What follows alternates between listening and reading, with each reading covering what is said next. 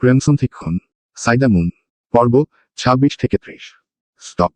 আর একটা কথা বললে এক ধাক্কায় ব্রিজ থেকে ফেলে দিব এবার। তাহসানের ধমক যেন কানেই নিল না মেয়েটি। ধমককে তোয়াক্কা না করে আরো জোরে বলে উঠল, আরে আপনি বেঁচে আছেন, আল্লাহই বাঁচাইছে। এই আপনিও কি আমার মতো আত্মহত্যা করতে এসেছেন? আমি তো পড়ার চাপে মরতে এসেছি, কিন্তু আপনি। কথা বলতে বলতেই সে তাহসানকে ভালো করে পরখ করে। আপনাকে দেখে তো মনে হচ্ছে অনেক বড়। হয়তো ভার্সিটিতে পড়েন। আপনিও কি পড়ার চাপেই মরতে এসেছেন? ভার্সিটির পড়া কি আরো কঠিন? আমি তো ভেবেছিলাম ভার্সিটিতে পড়াই নেই। তাহসান বিরক্তিতে চু উচ্চারণ করে ওঠে। হেঁকে তো গায়ের ব্যথা, তার উপর মেয়েটার এই অবিরাম বকবক, মাথাও ব্যথা ধরছে যেন। মেয়েটির নজর এবার বাইকের দিকে যায়। সামনের অংশের একদম ধ্বংস হওয়া অবস্থা দেখে আফসোসের সুরে বলে উঠল, নিচে মরবেন, বাইকটাকে নিয়ে মরতে আসলেন কেন? ইস, আমার কত দিনের শখ একটা বাইক। চুপ পপ। তাহসানের রাম ধমক খেয়ে তনিমা কেঁপে ওঠে। বুঝতে পারে বেশি কথা বলে ফেলছে। সঙ্গে সঙ্গে ঠোঁটের উপর আঙুল চেপে চুপ করে যায়। তাহসান যে বেশ রেগেছে। এবার যখন তাকায়, তাহসানের দিকে ভালো করে নজর যেতেই মেয়েটির ভীষণ মায়া হয়। ছেলেটা ঠিকমতো নড়তেও পারছে না, ব্যথায় শরীর কাঁপছে। কপাল দিয়ে রক্ত চুইয়ে পড়ছে। এভাবে চললে যে কোনো সময় সেন্সলেস হয়ে যেতে পারে। ভাবতেই টনক নড়ে। আর কিছু না ভেবে আশেপাশে তাকায়। এই খালি রাস্তায় কি বা পাবে? তারপর নিজের গায়ের ওড়নার কোনা টেনে ছিঁড়তে লাগে, সাথে বিড়বিড় করছে, শালার কপাল। ভেবেছিলাম একদিন আমি গুন্ডাদের হাতে পড়ব, তখন আমার হিরোর এন্ট্রি হবে। আমাকে বাঁচাতে ফাইট করবে। বাংলা সিনেমার মতো তার কপাল ফাটবে, আর আমি নিজের ওড়না ছিঁড়ে বেঁধে দেব।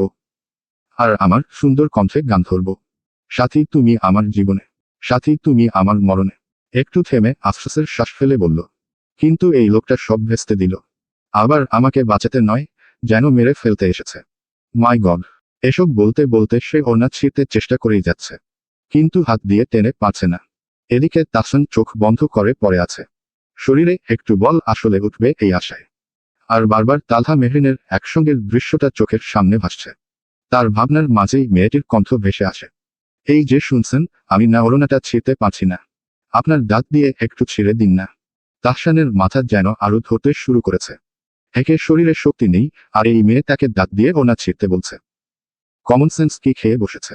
রাগে চোখ মেলে তাকাতেই গরম হওয়া লাল চোখ দেখে মেয়েটি ঢোক গিলে সাথে সাথে বোকা হাসি দিয়ে বলে উঠে, হে হে, মানে সরি, বলেই গেছিলাম আমারও দাঁত আছে। নুনিদ, আমার দাঁত দিয়েই কাজ চালাচ্ছি।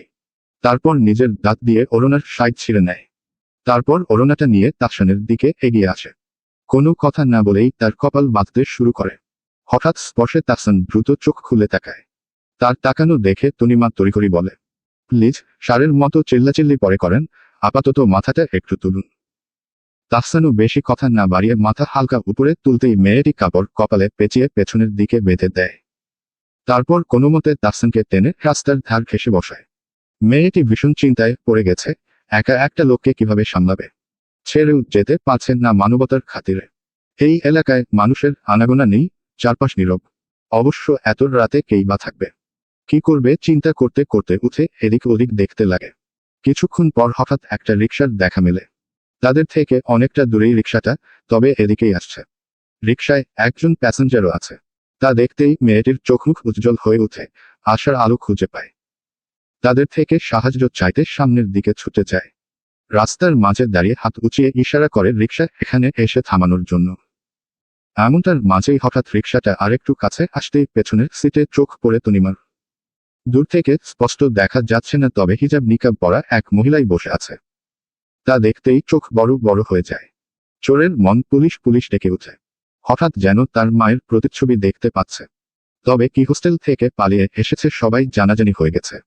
তার মা তাকে খুঁজতেই কি তবে এসেছে। ভয়ে মেয়েটি সোজা পিছু হয়ে এক ছুটে গিয়ে তাহসানের পাশ ঘেঁষে বসে তার শার্টের হাতা টেনে ধরে মাথা তার হাতের আড়ালে নিয়ে মুখ লুকানোর চেষ্টা করছে। একদিকে শরীরের জ্বালা, তার উপর উৎকট ঝামেলার মতো মেয়েটি ঘেঁষাঘেঁষি করছে। সব মিলিয়ে চটে ওঠে তাহসান। নিঃশক্তি শরীর নিয়েও ঝাড়া দিয়ে সরানোর চেষ্টা করে, চিল্লিয়ে ওঠে, এই মেয়ে, সমস্যা কি তোমার? তখন থেকে মাথা খেয়ে যাচ্ছ, এখন আবার টাচ, সরো। বাকিটুকু বলার আগেই তনিমা নিজেকে আড়াল করতে মিনমিনিয়ে আকুতির স্বরে বলে উঠল, প্লিজ, একটু এভাবে থাকতে দিন। ওই রিকশায় আমার আম্মু আছে, মেবি। দেখলে তো আমি শেষ। আজকে আমার সত্যি ইন্না লিল্লাহ হয়ে যাবে। তাহসান তার কথা শুনে সেদিকে তাকাতেই দেখল রাস্তায় একটি রিকশা যা তাদের দিকে আসছে। রিকশা থেমে যেতেই ড্রাইভার ও পেছনের মহিলাটি দ্রুত এগিয়ে আসে তাদের দিকে। পায়ের শব্দে তনিমা আরো গুটিয়ে বসে পারলে যেন তাহসানের ভেতরে ঢুকে যেত। মহিলাটি চিন্তিত কণ্ঠে প্রশ্ন করল, অ্যাক্সিডেন্ট হয়েছে তো মনে হচ্ছে। আরে, তোমরা এভাবে বসে আছো কেন? এখনই ছেলেটিকে মেডিকেলে নিতে হবে। তার কথা কানে আসতেই তনিমা দ্রুত মাথা ঘুরিয়ে তাকায়। কণ্ঠটা তার মায়ের নয়। মহিলাটিকে দেখতেই ফুস করে শ্বাস ফেলে। বুকের ভেতর থেকে ভয়টা যেন বেরিয়ে এসেছে। না, এইটা তার মা নয়। এতক্ষণ সে কিনা মনে করেছিল এটা তার মা, ভাবতেই নিজেকে তিরস্কার করে বলল, ছি তনিমা, ছি। সেই মনিউ, কেমন মেয়ে, নিজের মাকেই চিনিস না। আম্মু জানলে নিশ্চয় দুইটা জুতার বাড়ি কালে এসে পড়ত। নিজে নিজে বকবক করছে সে। ওদিকে তাহসানকে রিকশাওয়ালা ও সেই মহিলা ধরে কোনো রকমে রিকশায় তুলে। আর তনিমাকে দাঁড়িয়ে বিড়বিড় করতে দেখে মহিলাটি দ্রুত এসে বলল, কি ভাবছো মেয়ে, উঠো তুমি রিকশায়। মহিলাটির কথায় ভাবনা থেকে বেরিয়ে সেও কিছু না ভেবে তাহসানের পাশে উঠে বসে। মহিলাটি তাহসানকে ভালোভাবে ধরে নিয়ে যেতে বলে দেয় আর রিকশাওয়ালাকে মেডিকেলে পৌঁছে দিতে বলে ভাড়া দিয়ে নিজে হাঁটা শুরু করে। তাদের জন্য উনি বাকির রাস্তা হেঁটে বাড়ি যাবেন, আবার ভাড়াও মিটিয়ে দিয়েছেন ভেবে তনিমা তাকে ধন্যবাদ বলতে ভোলে না। এরকম মানুষ সত্যি এখন বিরল, যারা নিঃস্বার্থভাবে অন্যের বিপদে পাশে দাঁড়ায়। কারণ আজকালকার এই দুনিয়ায় বেশিরভাগ মানুষই নিজের প্রয়োজন, নিজের সুবিধা, নিজের লাভকে আগে দেখে। তবে এখনো নিজের স্বার্থ, আরাম সবকিছুকে পাশে সরিয়ে কিছু মানুষ অন্যের পাশে দাঁড়ায়। এমন মানুষই আসলে সমাজকে টিকিয়ে রেখেছে আর আমাদের মনে করিয়ে দেয় মানুষের মধ্যে ভালোবাসা আর সহানুভূতি এখনো বেঁচে আছে। এর মধ্যে রিকশা চলতে শুরু করেছে। তনিমা তো বাইকের চিন্তায় প্রায় বেহুশ, অর্ধেক রাস্তা জুড়েই বকবক করেছে, বাইকটা রেখে চলে এসেছে, চোর যদি নিয়ে নেয়, বাইকটাকে নিয়ে যাবে, সত্যি যদি চোরের হাতে পড়ে, নানান কথা মেয়েটা বলেই যাচ্ছে। এদিকে তাহসানের কপালে বাঁধা কাপড় বেয়ে চুইয়ে চুইয়ে রক্ত বেরোচ্ছে, ছেলেটা আস্তে আস্তে একদম নেতিয়ে পড়ছে। একসময় নিজের ভারসাম্য রাখতে না পেরে তনিমার কাঁধে মাথা ফেলে দেয়। সঙ্গে সঙ্গে মেয়েটির মুখের কথা থেমে যায়। হঠাৎ যেন তার সারা শরীরের ঝাঁকুনি দিয়ে উঠেছে। অচেনা এক স্পর্শ, তীব্র গরম কিছু যেন মেয়েলি মনকে আছড়ে ধরেছে। একজন প্রাপ্তবয়স্ক পুরুষের ছোঁয়া, আর সে এক কিশোরী, এরকম প্রতিক্রিয়া হওয়াটাই স্বাভাবিক। তাহসান মাথা ফেলে ভার সামলাতে না পেরে আস্তে বলে ওঠে, আম সরি, আমি রাখতে চাইনি। বাক শরীরে শক্তি পাচ্ছি না। নিজের মাথাটুকুও বিশাল ভারী লাগছে। তার অসহায় কণ্ঠ শুনে তনিমার ভীষণ খারাপ লাগে। সঙ্গে সঙ্গে বলল, সমস্যা নেই, আমি কিছু মনে করিনি। বুঝতে পারছি আপনার অবস্থা। তা শুনে তাহসান চুপ হয়ে যায়। পথ যেন শেষই হচ্ছে না। যদিও এখান থেকে মেডিকেল খুব দূরে নয়। আবার তাহসানের মাথায় ঘুরপাক খাচ্ছে, এত রাতে একটা মেয়ে একা ব্রিজে কি করছিল। আর কিছুক্ষণের আগের মহিলাটি তার মা হলে মেয়েটিকে অচেনা ছেলের সাথে পাঠালো কেন? নানান প্রশ্ন মাথায় খেলতেই হঠাৎ সন্দেহ নিয়ে তাহসান প্রশ্ন করল, উনি তোমার আম্মু ছিল? তার কথা শুনে তনিমা হালকা হেসে উঠে মাথা এদিক ওদিক ঝাঁকিয়ে বলল, না না। তো? আরে কাহিনী হলো, আমি যখন কাউকে না জানিয়ে কোনো কুকাম করতে বের হই, তখন রাস্তায় যেই মহিলাকেই দেখি তারই মায়ের মতো লাগে। বুঝেনি ভেতরের ভয় হেহে। মেয়েটি একটু বেশি কথা বলে। ভীষণ দুষ্টু প্রকৃতিরও, যা তার কথায় বোঝা যায়। তার কথায় হালকা হেসে উঠে তাহসান। তবে হাসতে গিয়েও যেন মাথায় চাপ লেগে উঠে, তীব্র যন্ত্রণা আহহ শব্দ করে উঠতেই চিন্তিত হয়ে তনিমার রিকশাওয়ালাকে তারা দিতে থাকে। এর প্রায় 5 মিনিটের মাথায় রিকশা এসে থামে মেডিকেলের সামনে। ইমার্জেন্সিতে নিতেই দুজন স্টাফ দৌড়ে আসে। তাকে ধরে নিয়ে শোয়ানো হয় স্ট্রেচারে। তৎক্ষণাৎ ইমার্জেন্সিতে থাকা ডাক্তারটা এগিয়ে আসে। তাকে ভালোভাবে পর্যবেক্ষণ করে, তার হাত পা ও কপালের চোটে ড্রেসিং করানো হয়। রোগীর শরীরের অবস্থা খারাপ দেখে তাকে তৎক্ষণাৎ স্যালাইন দেওয়া হয়। এসব করতে করতে বেজে যায় প্রায় 6টা। শেষমেশ এবার তাকে একটা ওয়ার্ডে পাঠানো হয়। সঙ্গে তনিমাও। বেচারি নিজে মরতে এসে এমন জায়গায় ফেঁসে গেল। তাহসানের পিছে তারই দৌড়াদৌড়ি করতে হচ্ছে। ওয়ার্ডে আসতেই আশেপাশে চোখ বোলায়, চারদিকে অনেক রোগীর সাথে তাদের পরিবারের লোকজন। সকলেই ঘুমিয়ে আছে। ঘুমাবেই না কেন, রাত পেরিয়ে সকাল হতে চলল। তাহসানও ঘুমিয়ে আছে, তাকে ঘুমের ইঞ্জেকশন দেওয়া হয়েছে। যখন পরিবারের কাউকে কল দিতে বলে, তখন তনিমা চুপসে যায়। তাহসানের সঙ্গে কোনো মোবাইলও নেই। আর সে তাদের কারণ নাম্বার কিভাবে জানবে? তাই তাদের বলে, রোগী সজাগ হলে সে নিজেই দেবে। মেয়েটা ভয়ে গুটিয়ে আছে, একা কত কি করবে। এখন তো সে হোস্টেলে ফিরতেও পারবে না, ধরা খাবে, তার আব্বু জানবে। এমনেও সে ওই হোস্টেলে আর থাকতে চায় না। আবার তাহসানকে দেখে তার মনে কিছুটা মায়াও লাগে, লোকটার সঙ্গে কেউ নেই দেখে ভেবেচিন্তে নিজেই থেকে যায়। চুপচাপ বসে আছে তাহসানের বেডের পাশের ছোট টুলে। ক্লান্তিতে চোখ বুজে আসছে। একসময় সজাগ না থাকতে পেরে টুলে বসে বেডে মাথা ফেলে। তখনই ঘুমে তলিয়ে যায় মেয়েটি। এম। সকাল সকাল 8টা বাজে।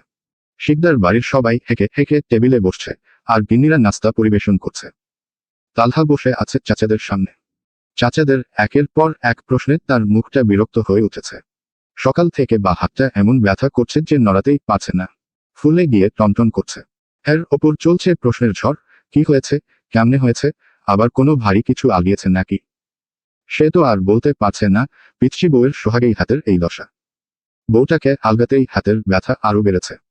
পীড়িত করার সময় তো মনে ছিল না যে হাতটা পরে এমন ব্যথা দেবে। তা তো মোটেও মাথায় আসেনি। তাই কোনো রকমে এড়িয়ে চলছে সব প্রশ্ন। এর মধ্যে নিচে নেমে আসে তাহিয়া আর মেহরিন। চাচাদের এত প্রশ্ন শুনে সিঁড়ি বেয়ে নামতে নামতেই তাহিয়া বলে ওঠে, কি ব্যাপার, ঘটনা কি?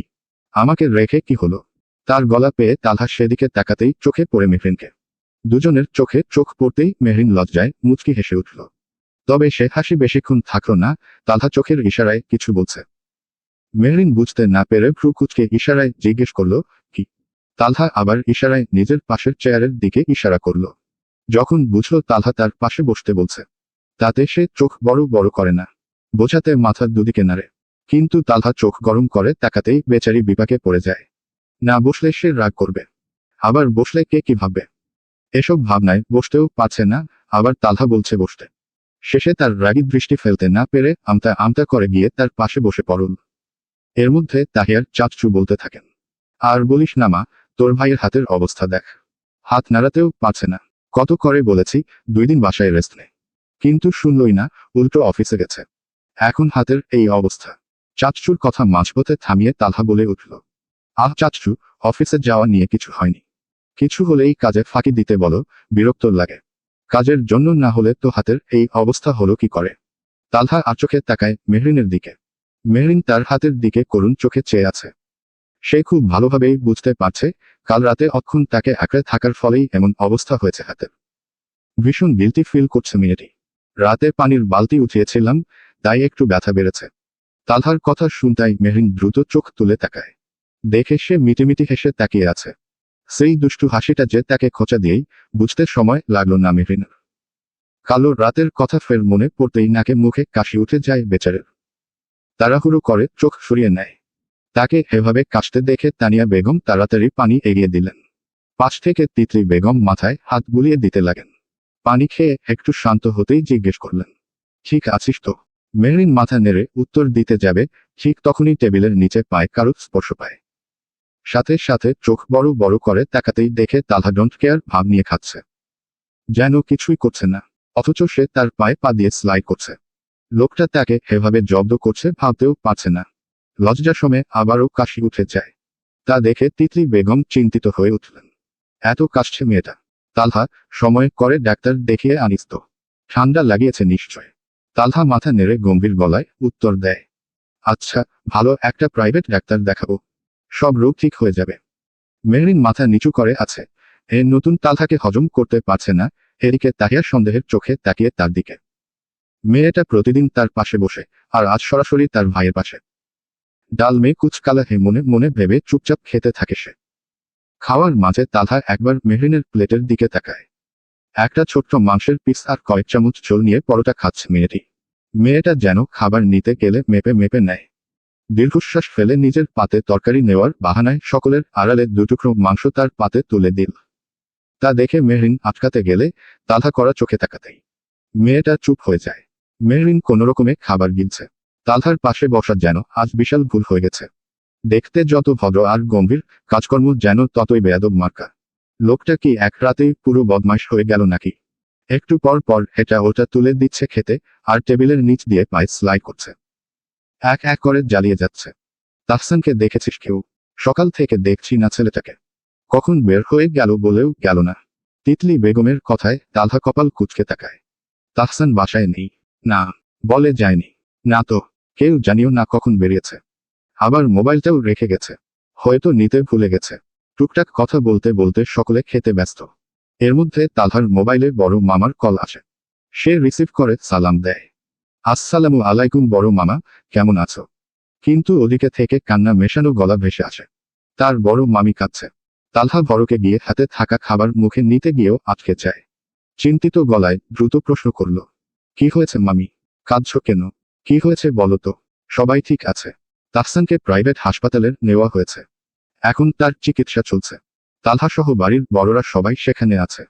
তাহসানের বাবারা রওনা দিয়ে দিয়েছেন সেই সকালেই। হয়তো ইতোমধ্যেই তারা অর্ধেক পথ পৌঁছে গেছেন। তাহসানের মা একটু পর পর কেঁদে উঠছেন ছেলের জন্য। চোখ বারবার রাস্তার পাশের সাইনবোর্ডের দিকে যাচ্ছে। এখন কোথায় আছে, কত দূর গেল, এই চিন্তায়। আবার একটু পর পরই ফোন করে জিজ্ঞেস করছেন, ছেলের অবস্থা কেমন? কেমন আছে তার ছেলে? সিলেট থেকে ঢাকার পথ এমনিতেই দীর্ঘ। আবার জ্যামে পড়লে তো তা আরো বেশি ক্লান্তিকর হয়ে ওঠে। এদিকে তালহাও বিরক্ত না হয়ে বারবার ফোন ধরছে, খবর জানাচ্ছে প্রতি ঘন্টায় ঘন্টায়। শান্ত হতে, চিন্তা না করতে বোঝানোর চেষ্টা করে মামিকে। তবে মায়ের মন শান্ত হওয়ার নয়। ছেলের এই অবস্থায় ছেলেকে চোখে না দেখা পর্যন্ত আর শান্ত হতে পারবেন না হয়তো। আবার তিতলি বেগমও কাঁদছেন। ভাই ভাবিকে মুখ দেখাবেন কি করে এই চিন্তায় আরো অস্থির হয়ে উঠছেন। তাহসানের এই অবস্থার কারণে নিজেকে দায়ী করছেন। তালহা মায়ের পাশে দাঁড়িয়ে এক হাতে তাকে আঁকড়ে ধরে আছে। মাকে শান্ত করতে বলছে, আম্মু, তুমি এভাবে ভেঙে পড়লে কি চলবে? বাকিদের সামলাতে হবে তো তোমার। তিতলি বেগম কাঁদতে কাঁদতে বলছেন, আমি ছেলেটাকে ঠিকমতো রাখতে পারিনি রে বাবা। ভাই ভাবিকে বলে ছেলেটাকে আমাদের বাসায় আনলাম। তাদের আমানতের হেফাজত করতে পারিনি। আমি কিভাবে মুখ দেখাবো তাদের? পাশেই তনিমা এতক্ষণ চুপ করে বসে তাদের মা ছেলের কথোপকথন শুনছিল। এবার তিতলি বেগমের প্রতিউত্তরে ছটফটে কণ্ঠে তাকে থামিয়ে বলল, আন্টি, এভাবে বলে না। তোমার কোনো দোষ নেই। যা হওয়ার ছিল তা হয়ে গেছে। নিজেকে দোষারোপ করে লাভ কি? এর চেয়ে আল্লাহর কাছে দোয়া করো। এভাবেই নানান কথা বোঝাতে লাগে। মেয়েটির কথায় তিতলি বেগমও একটু চুপ হয়ে বসেন। তালহা মেয়েটির দিকে এক পলক তাকিয়ে হালকা হাসে। আসার পর থেকেই দেখছে মেয়েটা ভীষণ চঞ্চল স্বভাবের। ফটফট কথা বলে, মুহূর্তেই সবার সঙ্গে মিশে যাচ্ছে। আবার কথাতে অপরজনের মনও ভালো করে দিচ্ছে। আশেপাশের অনেক অপরিচিত লোকদের সঙ্গেও পরিচিত হয়ে বসেছে। তাকেও নির্দ্বিধায় ভাই বানিয়ে ফেলেছে। একটু আগের ঘটনা। একের পর এক কল আর দৌড়াদৌড়িতে ক্লান্ত তালহা মেডিকেল করিডোরের শেষ মাথার জানালার সামনে গিয়ে দাঁড়ায়। একটু রিল্যাক্স হওয়া দরকার, চারিদিকের সব দায়িত্ব যেন তার উপরে এসে পড়ছে। ঠিক তখনই পিছু পিছু তনিমা মেয়েটি এসে দাঁড়ায়। ভাইয়া, আপনার মাথাও কি হ্যাং মারছে সব সামলাতে গিয়ে? আমারও কাল রাতে এমন হয়েছিল। শুধু হ্যাংই না, মাথায় পুরো হ্যাং ওভার গান বাজছিল। তার কথায় তালহা মনে মনে হেসে ওঠে। তবে নিজেকে নর্মাল রেখেই আর চোখে তাকাতেই তনিমা মনে করে হয়তো বেশি কথা বলে ফেলেছে তাই ধমক দিবে। তাই দ্রুত বলে ওঠে, উনার মতো আপনিও কি ধমক দিবেন? না না প্লিজ, এই পাবলিক প্লেসে না ভাইয়া। কথাটুকু বলেই তালহার দিকে আরেকটু ঝুঁকে ফিসফিসিয়ে বলল, আসলে ধমক একটা ডিসগাস্টিং ব্যাপার। আর আমি এখন বড় হয়েছি, বুঝেন না মানুষ সম্মানের ব্যাপার। তালহা এবার প্রকাশ্যে হেসে উঠল। মেয়েটির মধ্যে যেন তাহিয়াকে দেখতে পাচ্ছে। তাহিয়াও এমনই, দোষ করলে আড়ালে যা খুশি বকা দেওয়া যায়, কিন্তু সকলের সামনে দিলেই যেন তার সম্মানে লাগে। সে কি রাগ? সেই ভেবেই নরম গলায় বলল, ওকে তাহলে বলছি না। তবে তোমার মতো আমারও একটা ছোট বোন আছে। একথা বলতেই যেন মেয়েটা আরো আশকারা পেয়ে গল্প জুড়ে দিয়েছে। এক পর্যায়ে তালহাকে ভাইও বানিয়ে ফেলে। তালহাও কথায় কথায় মেয়েটির ঠিকানা জানতে চাইলে তনিমা কিছুটা থতমত খেয়ে বসে। সে তো নিজের আসল ঠিকানা এখন বললেই তাকে বাসায় দিয়ে আসবে এইটা কনফার্ম। তাই ভেবে তনিমা মিথ্যা বলে বসে। কণ্ঠ খাদে নামিয়ে মিথ্যে কান্নার ফান করে বলেছিল, আমি এক হতভাগিনী, আমার বাড়ি বলতে কিছু নেই। যেখানেই রাত হয় সেখানেই কাত হই। যেখানেই রাত হয় সেখানেই থেকে যাই। তার কথায় তালহার কিছুটা সন্দেহ জেগেছিল, তবে এত মাথায় নেয়নি। তার কথায় সবারই মায়া লেগেছিল। তিতলি বেগম তো সঙ্গে সঙ্গেই বলেছিলেন তাদের সাথেই যেতে। নিজের হাতে খাবারও খাইয়ে দিয়েছেন মেয়েটিকে। তাহসানের জীবন বাঁচিয়েছে, এইটুকু কৃতজ্ঞতা তাদের যেন করতেই হয়। এদিকে সকলের কথা শুনে তনিমা তো মহাখুশি। তার কাছে যেন এইটা এক প্রকার অ্যাডভেঞ্চার এর মতো লাগছে। অপরিচিত পরিবেশে অপরিচিত মানুষদের সাথে থাকবে। সাথে সাথেই রাজি হয়ে গেছে। অন্তত এই সুযোগে কয়েকদিন পড়াশোনা থেকে দূরে থাকবে, ছুটি কাটাবে যতদিন না তার বাবা তাকে খুঁজে বের করতে পারে। এই ভাবনা নিয়ে আনন্দে প্রায় আত্মহারা মেয়েটি। তবে এর জন্য কত বড় ঝামেলা হতে পারে সেই চিন্তা মাথায় নেই। আনন্দে আনন্দে নিজের জীবন কোন মোড়ে নিয়ে যাবে কেই বা জানে। এভাবেই দেখতে দেখতে ঘন্টা পার হয়ে যায়। তাহসানের ঘুম ভেঙেছে। একে একে সবাই গিয়ে তাকে দেখতে লাগে। তনিমাও উকিঝুঁকি দিয়ে দরজার বাইরে থেকে কয়েকবার দেখেছে, তবে ভেতরে যায়নি, বকুনি খাওয়ার ভয়। সবার শেষে তালহা কেবিনে প্রবেশ করে। আস্তে করে দরজাটা ধাক্কা দিতেই খুলে যায়। ধীর পায়ে তাহসানের দিকে এগোয়। মুখে তার বাঁকা হাসি, সামনের চুলটা টেনে আরাম করে বসে বলল, তোর দোষমনি আমার সঙ্গে, বাইকের সঙ্গে মেটানোর লজিকটা ঠিক বুঝলাম না। তাহসান করা চোখে তাকিয়ে আছে তালহার দিকে। তালহা যে তাকে ইচ্ছে করেই নাচে। তাকে চুপ দেখে তালহা হেসে উঠল। আমি ভাবলাম তুই আমার কম্পিটিটর, কিন্তু এখন দেখি তুই টু মাচ উইক। চু চু, এভাবে মজা পাচ্ছি না ব্রো। এবার তাহসানও সমান তালে হেসে উঠল। ট্রেইলার দেখেই হাওয়া ফুস ব্রো। ভাবতেছি ফুল মুভি যখন শুরু হবে তখন তো তোর ঘাম ছুটবে। তাহসান যেন জোকস বলল, তালহা শব্দ করে হেসে উঠল। Nice jokes. তাহসান সঙ্গে সঙ্গে দুষ্টু হেসে এক চোখ টিপে বলল, থামো ভাই, বেশি হাসলে আবার দাঁত খুলে পড়ে যাবে। দাঁতহীন সিংহ কি আর শিকার ধরে রাখতে পারে? শক্তি আছে, কিন্তু অস্ত্র নেই, ব্যাপারটা বেমানান। দেখা গেল নাকের ডগা থেকে শিকার উঠাও। তালহা আয়েশি ভঙ্গিতে এক পায়ের উপর অপর পা তুলে মাথা হালকা কাত করে কটাক্ষভরা কণ্ঠে বলল, সিংহের শক্তি দাঁতে নয়, দাপটে। আর সিংহের খাঁচা থেকে শিকার ছিনিয়ে নিবে, বলা যতটা সহজ, শিকার করা ততটাই অসম্ভব। মনে রাখিস, রাজা ঘুমালেও তার দাপট ঘুমোয় না। তাহসান আর কিছু বলতে যাবে এমন সময় তালহার ছোট চাচু ভেতরে ঢুকেন। এগোতে এগোতে কপাল কুঁচকে বললেন, কি রে, কিসের সিংহ আর রাজার কথা চলছে? চাচাকে দেখে তালহা উঠে দাঁড়িয়ে উনাকে বসতে দিয়ে বলল, ওই আর কি, তাহসান রূপকথার গল্প শুনতে চাচ্ছিল, তাই আমিও শোনাচ্ছিলাম। তাহসান বিরক্তি চোখে চুপচাপ শুধু দেখছে, আর কিছু বলল না। শরীরের জোর নেই, মুখের জোর দেখিয়েও লাভ নেই। তপ্ত শ্বাস ফেলে চোখ ফিরিয়ে নিল। তালহা তাহসানের দিকে এগিয়ে গিয়ে তার ব্যান্ডেজ করা হাতে এক আঙুলে গুঁতো দিলেই ব্যথায় তাহসান চোখ মুখ কুঁচকে রাগী চোখে তাকিয়ে বলল, তোর কি চুলকানি উঠেছে? একটু ছুঁয়ে দিলাম। ভালো মানুষের হাত লাগলেই ব্যথা তাড়াতাড়ি সেরে ওঠে। বলেই টেডি স্মাইল দিয়ে চুল ঠিক করতে করতে বেরিয়ে যায় কেবিন থেকে। এখন বিকেল 5টা বাজে। সিলেট থেকে যারা আসছে সবাই ঢাকার মধ্যে ঢুকলেও জ্যামে আটকে আছে। এই জ্যাম পার হতে আরো ঘন্টা খানেক লাগবেই।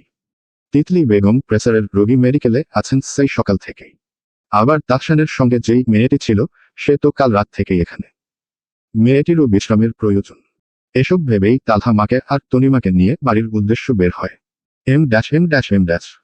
শিকদার বাড়ির কলিং বেল 3-4 বার বাজাতেই ঋতু তাড়াহুড়ো করে হাতের সামনে যেই ওনা পেয়েছে তা গলায় দিয়ে বিরক্তিতে কেটকেট করতে করতে নেমে আসে নিচে। তার মা একটু আগে মাত্র ঘুমিয়েছে, তাহিয়া মেরিন ও বাড়ির বড়দের অপেক্ষা করতে করতে ঘুমিয়ে পড়েছে। আর ছোট চাচির কোমরের সমস্যা, একবার বসলে আবার উঠতে কষ্ট হয়। তাই তাকেই আসতে হলো। চুল বাঁধতে বাঁধতে দরজা খুলতেই তালহাদের দেখে সাইড হয়ে দাঁড়ায়। তারা ভেতরে ঢুকতেই পেছনে পেছনে একটি মেয়ে আসে। গায়ে অ্যাশ কালারের সালোয়ার কামিজ, কাপড়ের কিছু কিছু জায়গায় ময়লা লেগে আছে। মেয়েটিকে ঢুকতে দেখে ঋতু হঠাৎ সামনে গিয়ে দাঁড়িয়ে পড়ল। রাগী চোখে তাকিয়ে বলল, এই মেয়ে, বলা নেই কওয়া নেই, হুটহাট কারো বাড়িতে ঢুকতে নেই জানো না? কথাটা শুনে তনিমা থমকে দাঁড়ায়। ভ্রুকুচকে উপর থেকে নিচ অবধি তাকে দেখে নেয়। ঋতুর গায়ে ঢিলেঢালা গোলাপি রঙের লং টি শার্টের কিছু কিছু জায়গায় ছেঁড়া, যা এখনকার ফ্যাশন। আবার গলায় হলুদ রঙের ওড়না ঝুলছে। চুল এলোমেলো। এক এক রঙের এক একটা জামা দেখে কিছুটা অবাক হয়ে দেখে। কিছু একটা ভেবে তনিমা বলল, সরি খালা, দাঁড়ান। বলেই চৌকাঠের বাইরে গিয়ে দাঁড়ালো, তারপর ভদ্রভাবে জিজ্ঞেস করল, খালা, মে আই কামিং? অথুকু আপনি তো ইংলিশ বুঝবেন না। আমি কি ভেতরে আসতে পারি খালা? ঋতুর রাগে ভস্ম করে দেওয়ার মতো চোখ করে চেয়ে আছে। চিৎকার করে উঠল, হোয়াট? খালাকে? তনিমা কিছুটা হকচকিয়ে উঠে এমন রিয়েক্টে। কি হলো বুঝো না, তবে বুঝতে পারছে কিছু ভুল বলে ফেলেছে সে। ঘাবড়ে গিয়ে দাঁত দিয়ে নখ কামড়াতে কামড়াতে বলল, এ মানে আপনি ব না? বয়া শব্দটা যেন বজ্রপাতের মতো বাজল ঋতুর কানে। চোখ মুখ লাল হয়ে উঠল নিমিষেই, রাগে ফুঁসতে লাগলো। ক্ষোভে ভরা গলায় চেঁচিয়ে উঠল, শাট আপ! একটা দেবক কানের নিচে। আমাকে কোন দিক দিয়ে বল লাগে? হ্যাঁ। ঋতুকে রেগে যেতে দেখে তিতলি বেগম হেসে এগিয়ে আসেন। তনিমাকে টেনে ভেতরে এনে বললেন, আরে মা, ও ঋতু এ বাড়ির বড় মেয়ে। কিসব বয়া টয়া বলছিস? কথাটা শুনতাই তনিমা জিভে কামড় দিয়ে বোকা হেসে বলল, অপস, সরি গালতি, সে মিস্টেক। দেখে ভেবেছিলাম। নিয়ে মানে? ঋতু যেন রাগে ফেটে পড়ছে। ক্ষোভে ফুসতে ফুসতে তাকিয়ে আছে তনিমার দিকে। তার তাকানো দেখে মনে হচ্ছে আক্রমণ করেই বসবে। তা দেখে ভয়ে তনিমা তড়িঘড়ি তিতলি বেগমের পেছনে গিয়ে দাঁড়ায়। আন্টি, আপুকে মেবি মাঞ্জুলিকা ভর করেছে। কিভাবে ফুসছে? Shut up. আর একটা কথা বললে থাপ্পড় মেরে কাল সত্যি ফাটিয়ে দিব। বেয়াদব মেয়ে। ঋতুর এমন ধমকে ভয় পাওয়ার বদলে যেন তনিমা আরো ক্ষেপে উঠল। আজ অবধি তাকে এভাবে কেউ বলেনি। আর এই মেয়ে কিনা তাকে ধমকাচ্ছে। এখানে তার বাবা থাকলে সে ব্যান্ড বাজিয়ে দিত এক্ষুনি। তবে আপাতত কিছু বলতে নিয়েও থেমে গেল। নিশ্চুপ রইল। তিতলি বেগম ঋতুকে থামিয়ে বললেন, ঋতু, কি হচ্ছে? এভাবে কাউকে বলতে নেই। আর ওই মেয়ে যে আমাকে যা তা বলে যাচ্ছে, ওসব। তোর অবস্থা তুই নিজে দেখেছিস। যে কেউই তো বলবে। বাদ দে ছোট মানুষ। বলেই তিতলি বেগম মিটিমিটি হেসে ফেললেন। ঋতু কঠিন চোখে তাকালো তনিমার দিকে। জিজ্ঞেস করল, এই মেয়েকে? বড় মা। তিতলি বেগম সোফায় বসে তনিমাকেও পাশে বসতে দিয়ে বললেন, তাহসানকে কাল রাতে হাসপাতালে নিয়ে গিয়েছিল। নাম তনিমা। মেয়েটা ভীষণ ভালো। ঋতু তনিমার দিকে তিক্ত চোখে তাকিয়ে বলল, সে তনিমা না ফনিমা হোক, সে আমাদের বাড়িতে কি করছে? মেয়েটা অসহায়, কেউ নেই। আমাদের এত বড় উপকার করেছে, তাই ভাবলাম আমাদের কাছেই রাখি কয়েকদিন। ঋতু নাক উঁচু করে কোমরে হাত দিয়ে অসহ্য কণ্ঠে বলল, এটা কি আমাদের বাড়ি নাকি চ্যারিটি ফান্ড? দুদিন পরপর যাকে তাকে নিয়ে আসো সাহায্যের নামে। বাড়িটা কি আশ্রিতায় ভরে যাবে? কথাটুকু তনিমার গায়ে বেশ লেগে গেল। তাদের বাকিদের ব্যবহার অনেক ভালো, কিন্তু এই মেয়ের ব্যবহার কেন এমন? কয়েকটা কড়া কথা শোনাতে গিয়েও নিজেকে সামলে নেয়। তবে কথা ছেড়ে দেবার পাত্রী নয় সে। সঙ্গে সঙ্গে আলতো হেসে পাল্টা উত্তর ছুড়ল, আপু, আমরাই তো সমস্যা। কি? ঋতু তার দিকে ফিরে জিজ্ঞেস করল, আমরাই মানে? তনিমা খোঁচা মেরে সোজাসাপটা বলল, সিম্পল, আপনিও আশ্রিতা, আমিও আশ্রিতা। হে হে। কথাটুকু বলেই সে জোরপূর্বক হেসে উঠল, যেন কোনো জোকস শুনিয়েছে। তা শুনতাই ঋতু রেগে চেঁচিয়ে ওঠে, হোয়াট? আমি আশ্রিতা? এই মেয়ে, তোমার সাহস তো কম না।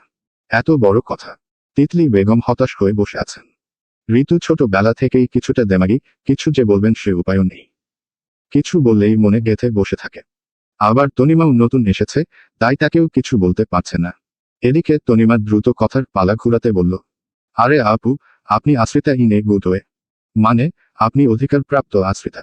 ঋতু কটমট চোখে তাকিয়ে।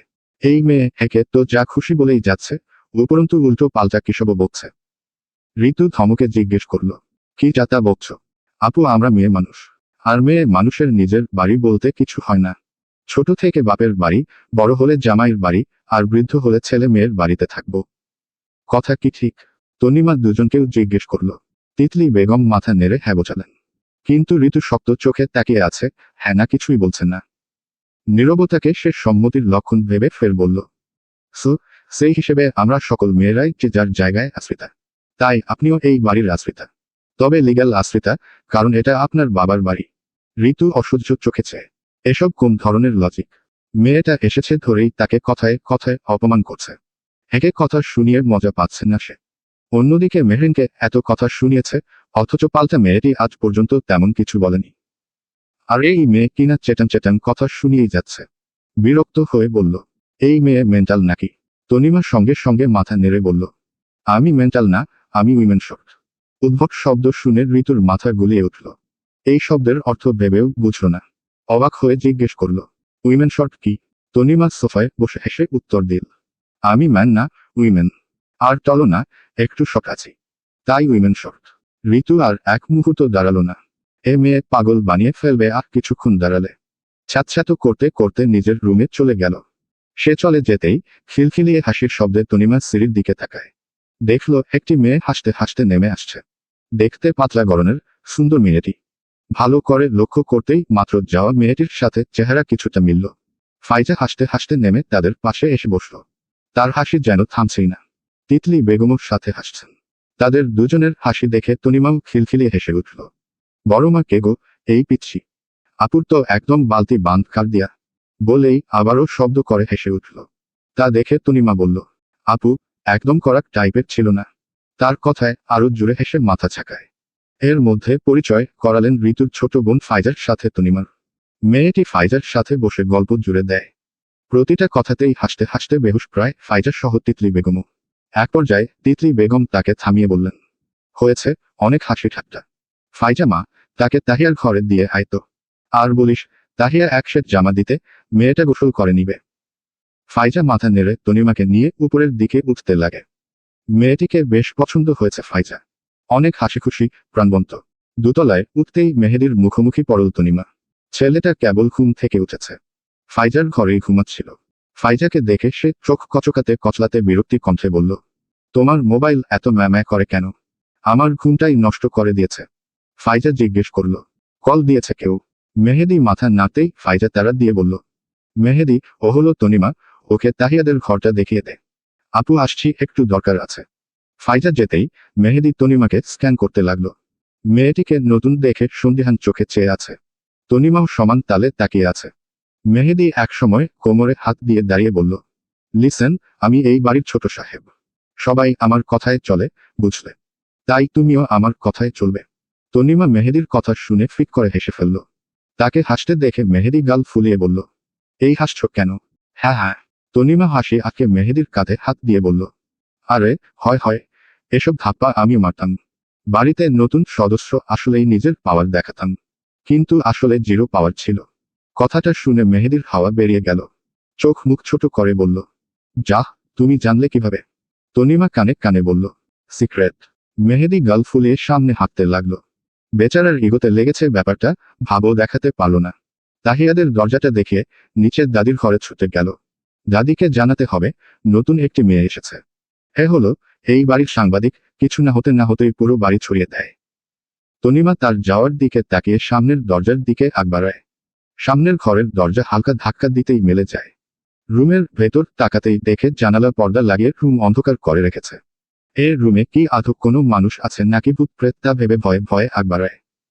কয়েক কদম ফেলে ভেতরে ঢুকতেই হঠাৎ আবছা আলোয় সামনের বেডে চুল এলোমেলো একজনকে বসে থাকতে দেখে তনিমা জায়গায় দাঁড়িয়ে যায়। হাত সোজা বাঁকা করে আড়মোড়া ভাঙছে, হয়তো সবেমাত্র ঘুম থেকে উঠেছে। সে আরো দুকদম এগিয়ে গিয়ে দাঁড়ায় বেডের সামনে। মুখে হাসি ফুটিয়ে বলে উঠল, hi, my name is Tanima. Mehrin সবেমাত্র ঘুম থেকে উঠেছে। তাহিয়া পাশে এখনো ঘুমিয়ে। আড়মোড়া ভেঙে মুখে হাত দিয়ে হামিদ দিতেই হঠাৎ কানে মেয়েরই কণ্ঠ ভেসে আসে। তা শুনতাই তাড়াতাড়ি সামনে তাকায়।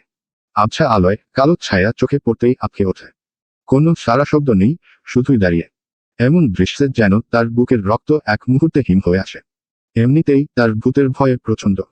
তার উপর এই অন্ধকারে এমন অবয়ব। আতঙ্কে কেঁপে ওঠা মেহরিন সঙ্গে সঙ্গে চিল্লিয়ে উঠল, আহ, ভূত। তার হঠাৎ চিৎকারে পাশে শোয়া তাহিয়া যেন তরাক করে আকাশ থেকে পড়ল।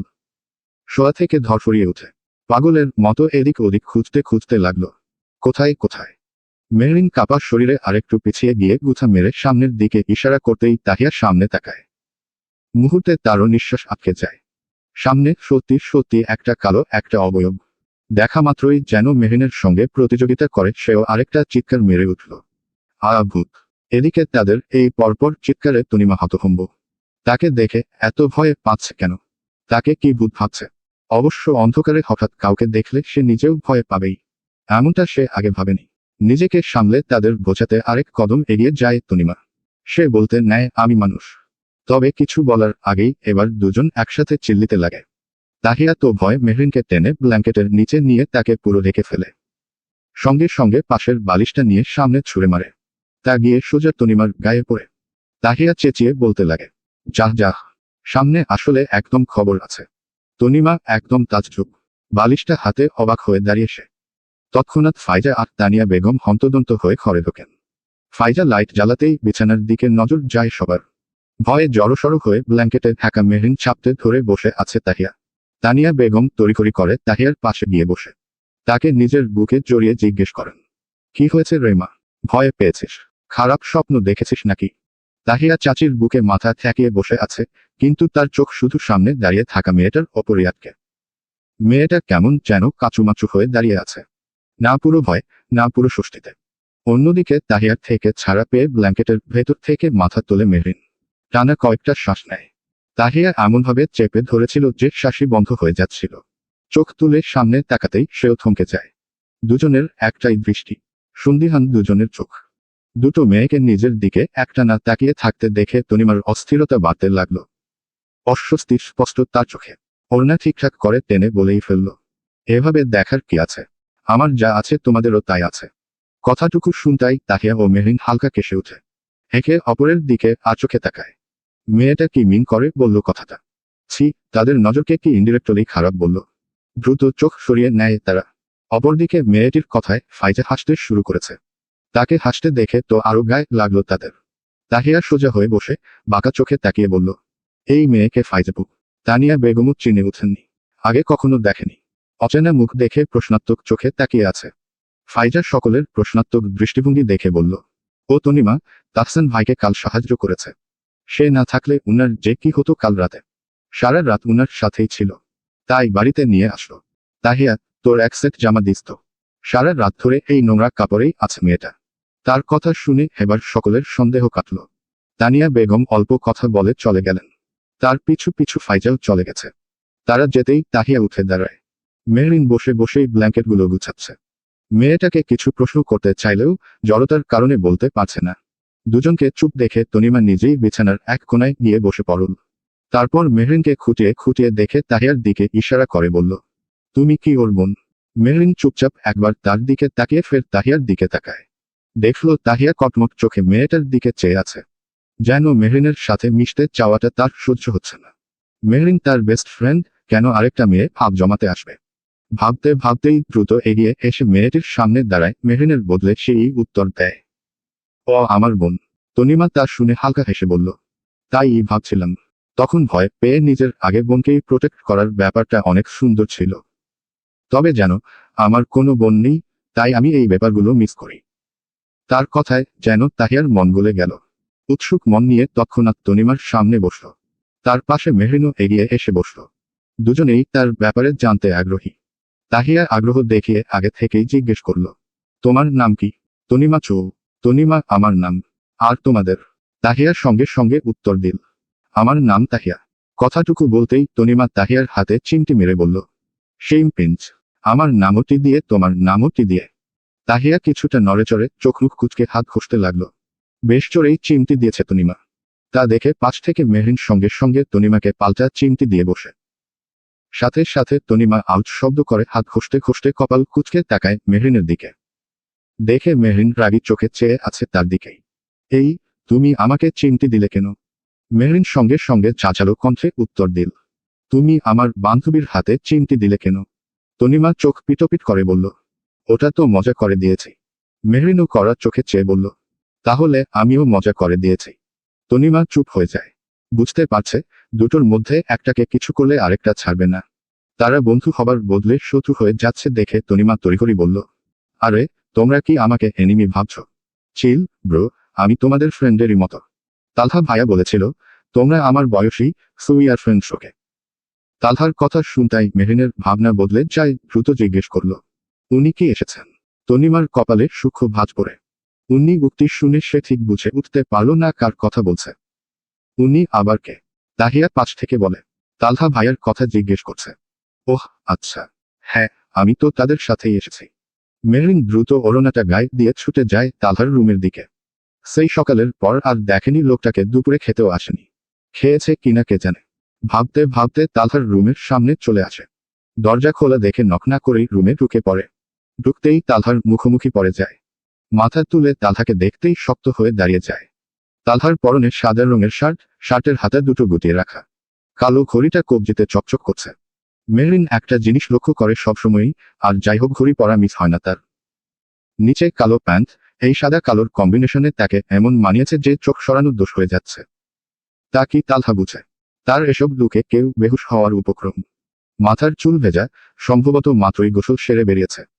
ভেজা চুল কপালের দুপাশে নেমে এসেছে, কিছুটা এলোমেলো, আবার সেই এলোমেলোতেই যেন অদ্ভুত পরিপাটি লাগছে তাকে।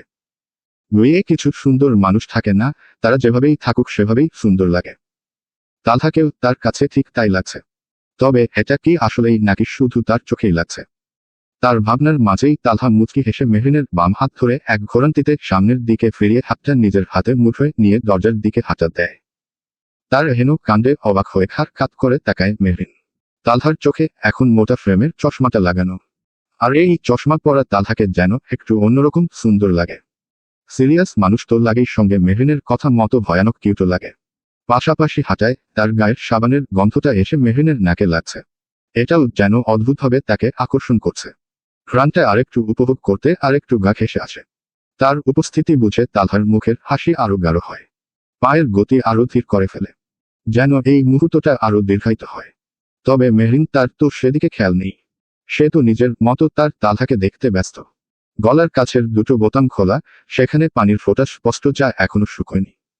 তা দেখতে দেখতেই মেহরিন প্রশ্ন করল, মাত্রই গোসল করেছেন? তালহা নিচু কণ্ঠে উত্তর দিল, হুম। মেহরিন ফের প্রশ্ন করল, খেয়েছিলেন দুপুরে? না। আপনি খেয়েছেন? মেহরিন মাথা ঝাঁকিয়ে হ্যাঁ বুঝিয়ে প্রশ্ন করল, শার্টের উপরের দুটো বোতাম লাগাচ্ছেন না কেন? তালহা আচোখে তার দিকে তাকিয়ে দোতলার করিডোরের একদম শেষ মাথায় গিয়ে দাঁড়ালো। মেহরিনে হাত ছেড়ে দুহাত পকেট ঢুকিয়ে জিজ্ঞেস করল, কেন? খারাপ লাগছে এভাবে? তার প্রশ্নে খানিক বিরক্তি চোখে তাকায় মেহরিন। আবার কেমন কথা? খারাপ লাগছে মানে? তার তো জিজ্ঞেস করা উচিত ছিল, আগের চেয়ে বেশি সুন্দর লাগছে নাকি। তবে এসব অহেতুক ভাবনা সাইডে রেখে মিনমিন গলায় বলল, ভালোই লাগছে। তা শুনে তালহা কপাল কুঁচকে জিজ্ঞেস করল, তাহলে তাকাচ্ছেন না কেন? মেহরিন চোরাচোখে তাকায়, মনে মনে বিড়বিড়ায়, আপনার নর্মাল লুকেই হার্টবিট ফাস্ট হয়ে যায়, তার উপর এই চশমা। এটা তো বাড়াবাড়ি হয়ে গেছে। আর চোখে খুঁটিয়ে দেখেই মনের ভেতর উতালপাতাল শুরু হয়ে গেছে। আবার সোজাসুজি তাকালে তো হার্ট অ্যাটাক করব নিশ্চিত। না মেহরিন না, তোকে এভাবে গলে গেলে চলবে না। নিজেকে সামলে তালহার চোখে চোখ রাখে। চশমার ভেতর দিয়ে তার চোখের মনিটা যেন আরো কালো, আরো গভীর দেখাচ্ছে। তার উপর সেই গাঢ় দৃষ্টি নিজের দিকে আটকে আছে। টের পেতেই লজ্জায় মাথা নুয়ে ফেলে। কি হলো? লজ্জা লাগছে? তার কথায় তালহা এক চিলতে হেসে কিছুটা ঝুঁকে বলল, দেখি লজ্জা লাগলেই আপনাকে কেমন লাগে। মেহরিন শরমে যেন আরো গুটিয়ে যায়। চুপ করে দাঁড়িয়ে আছে। তালহাও নীরবে তাকিয়ে আছে, একদম স্থির চোখে, যেন তার অর্ধাঙ্গিনীর মুখের প্রতিটা ভাব পড়ছে। কয়েক সেকেন্ড নীরবতা কাটতেই মেহরিন মাথা তুলে তাকায়। ধীর গলায় প্রশ্ন করে, আপনি কি এখন বের হবেন? তালহা মাথা নেড়ে হ্যাঁ বলতেই মেহরিন চোখ বড় বড় করে তড়িঘড়ি বলল, এভাবেই বের হবেন? তালহা তার হাবভাব দেখে ভ্রু কুঁচকে বলল, হ্যাঁ। মেহরিন উত্তেজিত হয়ে বলল, না না, এভাবে বের হবেন না, শার্টের উপরের বোতামগুলো লাগান। তালহা যেন পুরা পুরা গন্ধ পেল। বউটা তাকে নিয়ে ভয়ঙ্কর জেলাস। তাকে একটু বাজাতে বলল, থাক না এমন, এটা স্টাইল। মেহরিন মাথা দুদিকে নাড়িয়ে কাঠ কাঠ কণ্ঠে বলল, দরকার নেই এত স্টাইলের। কেন? এভাবে গেলে সমস্যা কি? মেহরিন বিরক্ত চোখে তাকিয়ে বলল, মেডিকেলে কত নার্স, সিস্টার আছে। তারা আপনাকে দেখুক, আপনি এটাই চাচ্ছেন। তাহলে যান, তবে আমার সাথে কথা বলবেন না। তাকে এমন রাখতে দেখে তালহা শব্দ করে হেসে উঠল। মাথা নাড়িয়ে না করে নরম কণ্ঠে বলল, তাহলে লাগিয়ে দিন আপনি। মেহরিনও কথা না বাড়িয়ে এগিয়ে গিয়ে তালহার বুকের বোতামগুলো লাগাতে লাগলো। তালহার সুযোগ বুঝে ঝুঁকে মাথাটা নিচু করে তার ভেজা চুল ছাড়া মারে। সাথে সাথেই পানি ছিটিয়ে পড়ে মেহরিনের চোখে মুখে। মেহরিন মুচকি হেসে পিছিয়ে যায়। তবে পরমুহূর্তেই অন্য কাণ্ড ঘটিয়ে বসে। এগিয়ে এসে তালহার শার্টের কলারে নিজের ঠোঁট ছোঁয়। ঠোঁটে থাকা হালকা গোলাপি লিপোবামের দাগ কিছুটা লেগে যায় সাদা শার্টে। তা দেখে নিজেই আবার মুছতে লাগে, তবে উঠছে না। তালহা চুপচাপ তার কাণ্ড দেখছে। এক পর্যায়ে উঠছে না দেখে অপরাধীর চোখে তাকাতেই তালহা হেসে মেহরিনের হাত আবারও আঁকড়ে ধরে কলারটা উল্টে নিচে নামতে লাগলো। কয়েক সিঁড়ি নামতেই নিচে তার মাকে দেখে হাত ছেড়ে দেয়। টেবিলে বসতেই তিতলি বেগম খাবার এগিয়ে দিলেন। মেহরিনকে দেখে টুকটাক কথা বলতে লাগে। তালহা এক লোকমা ভাত মুখে দিয়ে মায়ের দিকে ভালোভাবে তাকিয়ে বলল, তুমি এখনো ফ্রেশ হতে যাওনি? তিতলি বেগম একটু চুপসে গিয়ে বললেন, এই তো তোকে খাবার দিয়ে এখনই যাব। মার উত্তর শুনে তালহার চোখ মুহূর্তেই রাগে করা হয়ে উঠল। ছেলের রাগী দৃষ্টি দেখে তিতলি বেগম অস্থিরতায় এদিক ওদিক তাকাতে লাগলেন। আম্মু, তুমি কি একটু বেশি করছো না? আমি এক্ষুনি যাব ফ্রেশ হতে। তালহা বিরক্ত হয়ে চোখ সরিয়ে নেয়। নরম অথচ কঠোর গলায় বলল, তুমি আমার কথার কোনো দামই দাও না। আমার কি হাত পা নেই? আমি কি নিজে খাবার নিয়ে খেতে পারবো না? তোমাকে আসার পর কতবার বললাম আগে নিজে ফ্রেশ হবে খাবে। এসব কি ফাও বললাম? তাহলে বলো, আর কখনো তোমাকে কিছু বলতে যাব না। তোমার যা খুশি তুমি তাই করো। মেহরিন আর তিতলি বেগম চোখাচোখি করছেন। তিতলি বেগমের মুখ অপরাধীর মতো ছোট হয়ে আছে। তা দেখে মেহরিনের মুখে চাপা হাসি ফুটে উঠল। এটা নতুন কিছু নয়। তালহা প্রায়ই তার মাকে ছোট বাচ্চার মতো শাসন করে। কারণও আছে। তিতলি বেগম সবার খোঁজ নিতে নিতে নিজের কথা বেমালুম বলেই বসেন।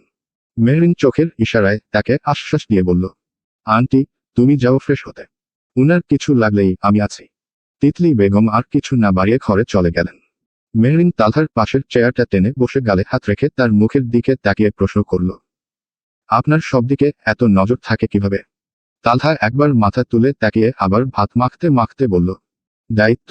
দায়িত্ব মানুষকে বদলে দেয়। যখন দায়িত্বের ভার কাঁধে নেমে আসে, তখন ছন্নছাড়া ছেলেটাও বদলে যায়। দায়িত্ববোধ এমন এক অদৃশ্য শক্তি, যা মানুষকে নিজের সীমা ছাড়িয়ে সবাইকে আগলে রাখতে শেখায়। কথা বলতে বলতেই তালহা হঠাৎ এক লোকমা ভাত মেহরিনের মুখের দিকে এগিয়ে ধরল। মুহূর্তেই মেহরিন স্তব্ধ হয়ে যায়।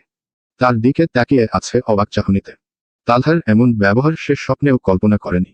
সে যেন তার চাওয়া থেকেও একটু বেশি বেশি পেয়ে যাচ্ছে। মনের ভেতর প্রশ্নের ঝড়। সে কি একটু বেশি ভালোবাসা পেয়ে যাচ্ছে? এই ভালোবাসা কি তার ভাগ্যে সইবে? মেহরিনকে চুপচাপ দেখে তালহা চোখের ইশারায় বলল, হা করো। মেহরিন হালকা করে হা করতেই সযত্নে ভাত তার মুখে তুলে দিল তালহা। সঙ্গে সঙ্গেই মেহরিনের চোখ বেয়ে এক ফোঁটা পানি গড়িয়ে পড়ল। তা দেখে তালহা অস্থির হয়ে উঠল। বা হাতের বৃদ্ধাঙ্গুল দিয়ে চোখের পানি মুছে দ্রুত পানির গ্লাস এগিয়ে দিয়ে জিজ্ঞেস করল, ঝাল লেগেছে? খারাপ লাগছে? মেহরিন তার বাম হাতটা আঁকড়ে ধরে আলতো হেসে বলল, আমি ঠিক আছি। অস্থির হবেন না। এর মাঝে তানিয়া বেগমের গলা শুনে মেহরিন উঠে রান্নাঘরে চলে যায়। তালহাও খাওয়ায় মন দেয়। মেহরিন নিজের জন্য চা আর তালহার জন্য এক কাপ কফি বানিয়ে ফিরল। ততক্ষণে তালহা খাওয়া শেষ। সোফায় হেলান দিয়ে সবে মাত্র বসছে। মেহরিন কফির কাপ বাড়িয়ে দিলে সে হেসে তা নিয়ে বলল, আমি মাত্রই ভাবছিলাম কফির কথা। মাথাটা খুব ধরেছে। মেহরিন সামনের সোফায় বসে বলল, চশমা পরা দেখেই বুঝেছিলাম আপনার মাথা ব্যথা, তাই নিজ থেকেই বানিয়ে আনলাম। তালহা কফিতে চুমুক দিয়ে সোফায় গা এলিয়ে বলল, আমাকে নিয়ে একটু বেশি ভাবছ বোধ হয়। মেহরিন টিটকারি মেরে বলে উঠল, কেন? অন্য ছেলে নিয়েও ভাববো নাকি? কথাটা শুনতাই তালহার চোয়াল শক্ত হয়ে ওঠে। সরু চোখে তাকিয়ে বলল, অন্য ছেলের চিন্তা মাথায় আসলে একদম জানে মেরে ফেলবো। মুহূর্তেই মেহরিন চুপ করে যায়। বুঝতে পারছে তালহাকে রাগিয়ে দিচ্ছে সে। তাই আর কথা না বাড়িয়ে চুপচাপ চা খেতে লাগে। তিতলি বেগম ফ্রেশ হয়ে নামতেই তালহা তাকে বলে বেরিয়ে পড়ল। মেডিকেল যাবে আবার। সিলেট থেকে তারা এসে পড়েছে। রাতে তাদের নিয়েই ফিরবে সে। রাত 11:30। তালহারা মেডিকেল থেকে সদ্য বাসায় ফিরেছে। সঙ্গে আছে তালহার মামাতো ভাই বোন, ছোট মামি মামা আর নানুরা। তাহসানের বাবা মা ছেলের সঙ্গে মেডিকেলে থাকবে তাই আসেনিম আর তাদের সাথে রয়েছে মারুফ, অর্থাৎ তালহার ছোট মামার ছেলে। তাই তালহা বাসায় চলে এসেছে। বাড়ির সবাই তাদের আগমনের জন্য অপেক্ষায় ছিল। বাসায় ঢুকতেই ফারিহা ও রাফা ছাপিয়ে পড়ল মেহরিন ও তাহিয়ার উপর। অনেকদিন পর দেখা হওয়ায় সকলেই উচ্ছ্বসিত। তনিমার সঙ্গে ইতিমধ্যেই মেহরিনদের ভাব জমে গেছে, তাই তার সঙ্গেও রাফাদের যথেষ্ট ঘনিষ্ঠতা তৈরি হয়েছে। বাকিরাও হেঁকে হেঁকে সকলের সঙ্গে টুকটাক ভালোমন্দ কথায় ব্যস্ত। রাত 12:15 বাজে। সকলেই রাতের খাবার খেয়ে ড্রয়িং রুমে বসে আছে। শুধু তালহা আর তার মামা চাচারা বাদে। ফারহা আর তালহার ছোট মামি তাহেরা বেগম তনিমাকে মাঝে রেখে বসে আছে। আর বাকিরাও আশেপাশের সোফায় চেয়ারে তাদের ঘিরে বসে আছে। এই মুহূর্তে সবার মধ্যমণি একজনই, তা হলো তনিমা। ফারহা তো তাকে স্নেহে দু একবার জড়িয়ে ধরে আদর করেও দিয়েছে। ফারহা আবেগে ভরা কণ্ঠে বারবার বলছে, তোমাকে কি বলে যে ধন্যবাদ দেব?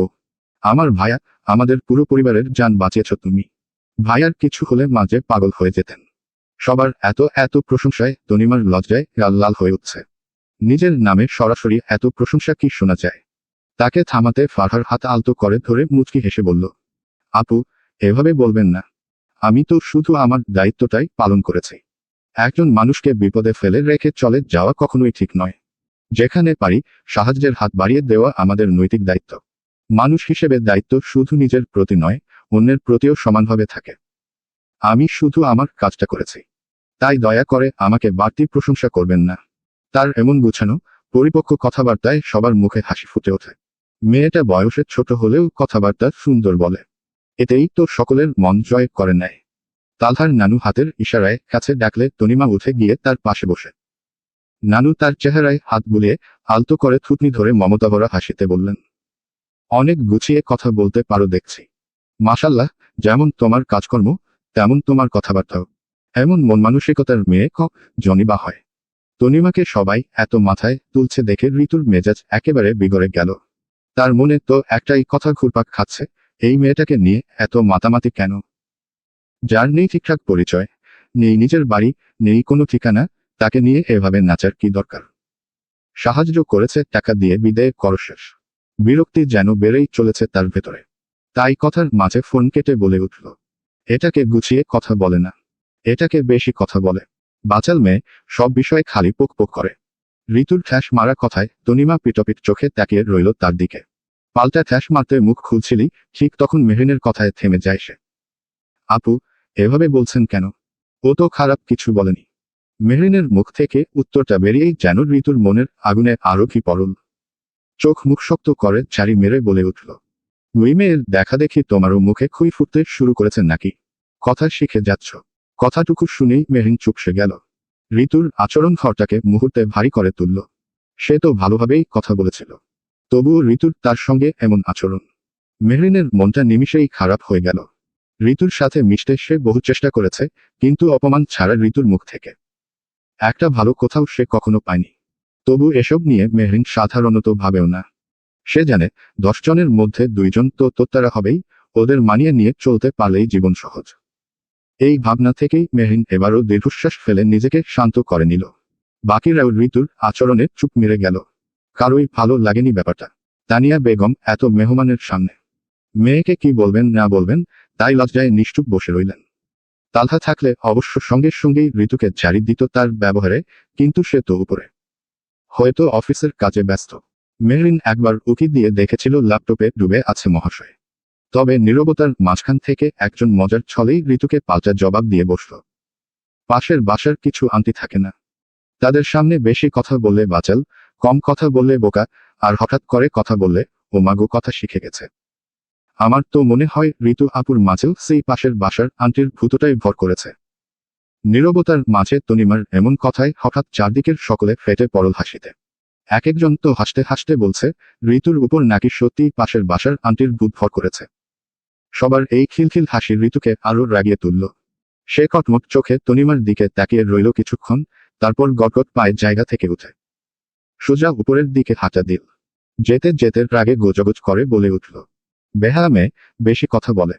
ঋতু যেতেই তানিয়া বেগম তনিমার দিকে তাকিয়ে নরম কণ্ঠে বললেন, কিছু মনে করিস না মা, ঋতুটা একটু তোত্তারা স্বভাবের। তনিমা মাথা নেড়ে আশ্বাস দিল সে কিছু মনে করেনি, কিন্তু পেটের কথা চেপে রাখল না, হাসিমুখেই তৎক্ষণাৎ প্রশ্ন ছুড়ে দিল, আন্টি, ঋতু আপুকে পেটে নিয়ে তুমি কাকে বেশি দেখতে, রিনা খানকে নাকি খসেটি বেগমকে? এক মুহূর্তে আবার পুরো ড্রয়িং রুম জুড়ে হাসির রুল পড়ে গেল। সকলেই গল্প, আড্ডা আর হাসাহাসিতে মেতে আছে। এই স্বের ফাঁকে হঠাৎ ফারহা চুপচাপ উঠে রান্নাঘরের দিকে চলে গেল। মেহরিন লক্ষ্য করলেও তেমন গুরুত্ব দিল না।